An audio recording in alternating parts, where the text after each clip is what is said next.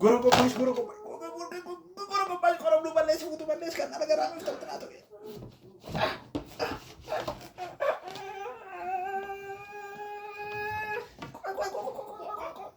Gitu. Ala ciisu di dalam pun.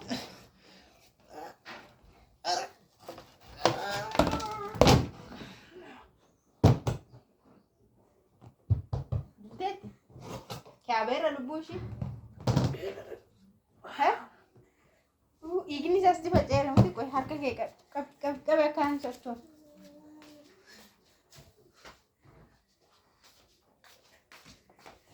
बेरा है उठेती कोई हरकत के कर इग हाडूसा ना रहा इगर इन्नो शुरू रही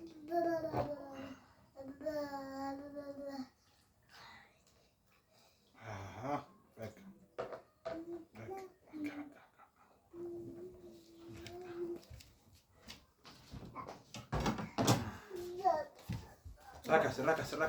Dada. Oh iya. Billiti basna waqqa. Oh iya.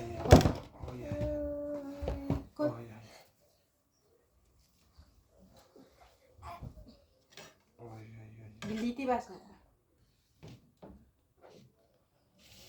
Malabo. Manni kun hola dah mangga.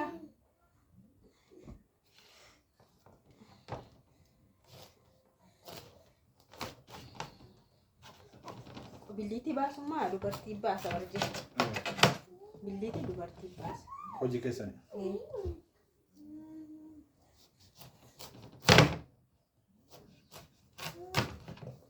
Kuno lakkasti. Billiti baheera jechuudha. Waan billiti baheera maal ta'e? Cooma baay'eetti garuu.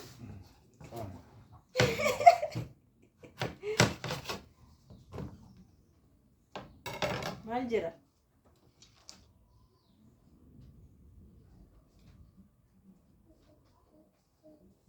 Cooma baay'eetti garuu ni oofti. Indaanqoo ishee jechuudha. Gatii mandaaqoo tokkooti amma kun. Innaa. Mandaaqoon akkasuma. Indaanqoon tokko faana tokko dabara. Waan biraa seetee.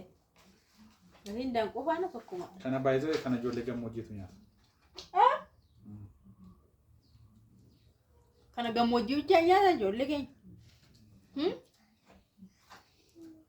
Nyaattu jira. Nyaata. Maaliif?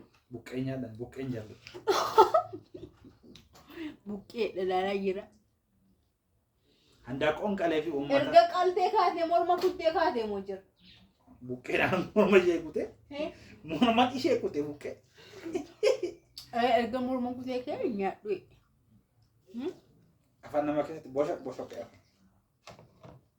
Kanuma nyaatamu tibuutii nyaadhu malee. Kan jaalladha morma nyaachuu malee.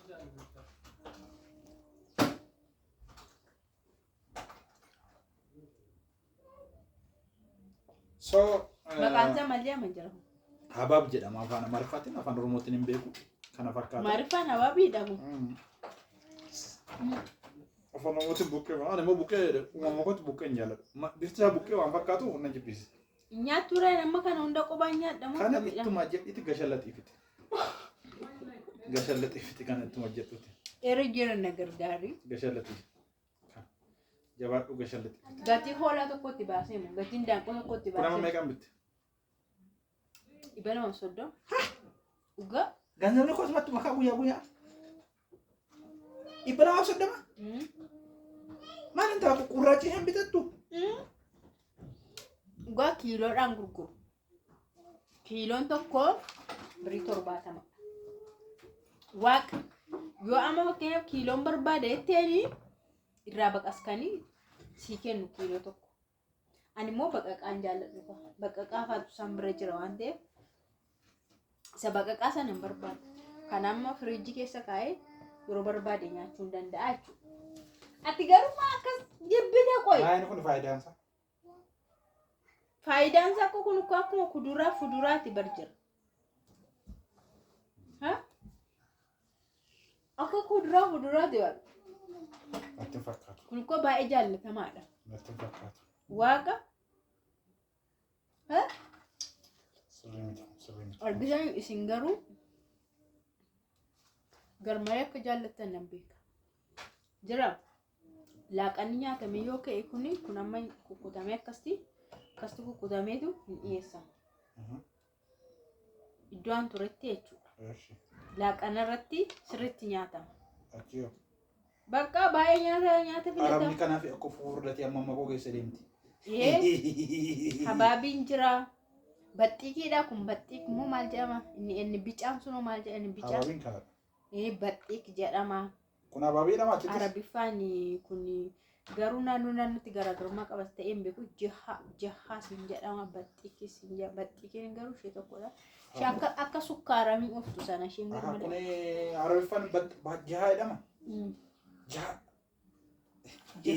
Jahaa hin beeku garuu iddoo biraatti immoo baxxiiq. Bakka sigaa kana caalaa iji namaa sii ta'u.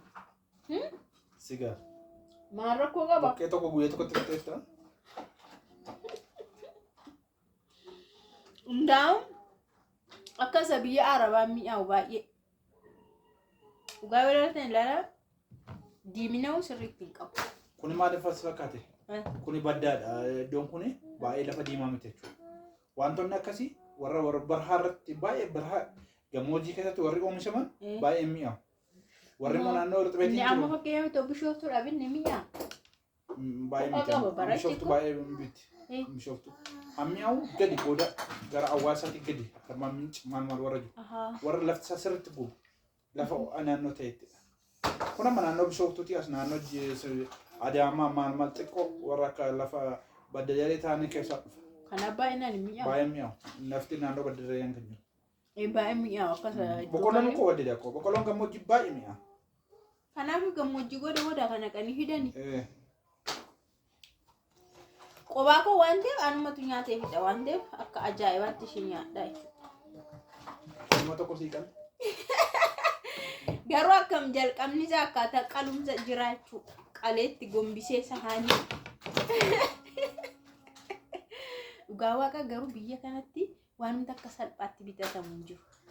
Isin amma achitti akka barbaadetti haasoftanii gaggattu miti. Dhugaa waaqa asitti guursinitti miti kun amma fayyaansa kun 230 bitama. Kiiloo aannan gurgura jechuudha. Achitti garuu ittaasaama malee dhugaa waaqa fayyaasaa fidanii ijoolleen akka barbaadan taasisanii achi kositti gadi naqamu. Ganzaba waan dhufe miti? Ganzaba garuu jaarri ganzaba waan qabduuf hima. Achi ganzaba jira. Amma kana Mansuur bira otoo Xaayilee biraatti ijoolleen isaanii akkuma salphaatti. Ijoolleen isaanii gaggatu warra ganzaba qaban. Yaa'uun immoo maallaqittiitu nu irratti. Kanaaf nurraa maaltu eegama sirriitti hojjechuun nurraa eegama jechuudha. Yaa biyyoonni kaani akka waliigalaatti qabu. Biyyoonni kaan akka waliigalaatti qabu. Sooreyyii. Asii immoo nama lakkoofteetudha kan qabu. Akka barzaafiitti bakka jirti sooreyyii. Walkiyaa mul'atanii lakkaa'amanii jiru. Lakkaa'amanii jiru. Kanaafuu isaan jireenya akkuma salphaatti jiraatu. Isaan akka salphaatti jiraatu garuu. Kun amma ijoollee isaaniif baay'ee. Ijoolleen taasisuu malee akka barbaadan fayyaasaa fidanii agarre. 200 waan guddaa miti isaaniif jechuudha. Garuu namoota hin qabnee fi gadi aanaadhaan jiraatanii fi rakasni hin jiru jechuudha. Akka tokko viidiyoon keenya kan lukkuu qallee har'a jechuudha. Habaabii obboleetti lukkuuti kun. Lukkoota hin taane habaabii obboleetti lukkuuti. Yaa maallaqni ishee sassabii waan taateef akkuma lukkuutti ishee qalle. Beeka akka lukkuutti qalle maali? Buqqee kana duratti karaarraa naannanii nyaatu miti. Durii amma kana waan ta'eef lukkuudhaan akka lukkuutti qalle jechuudha. Kalas. Kanaafuu galatoomaa nagaan tura.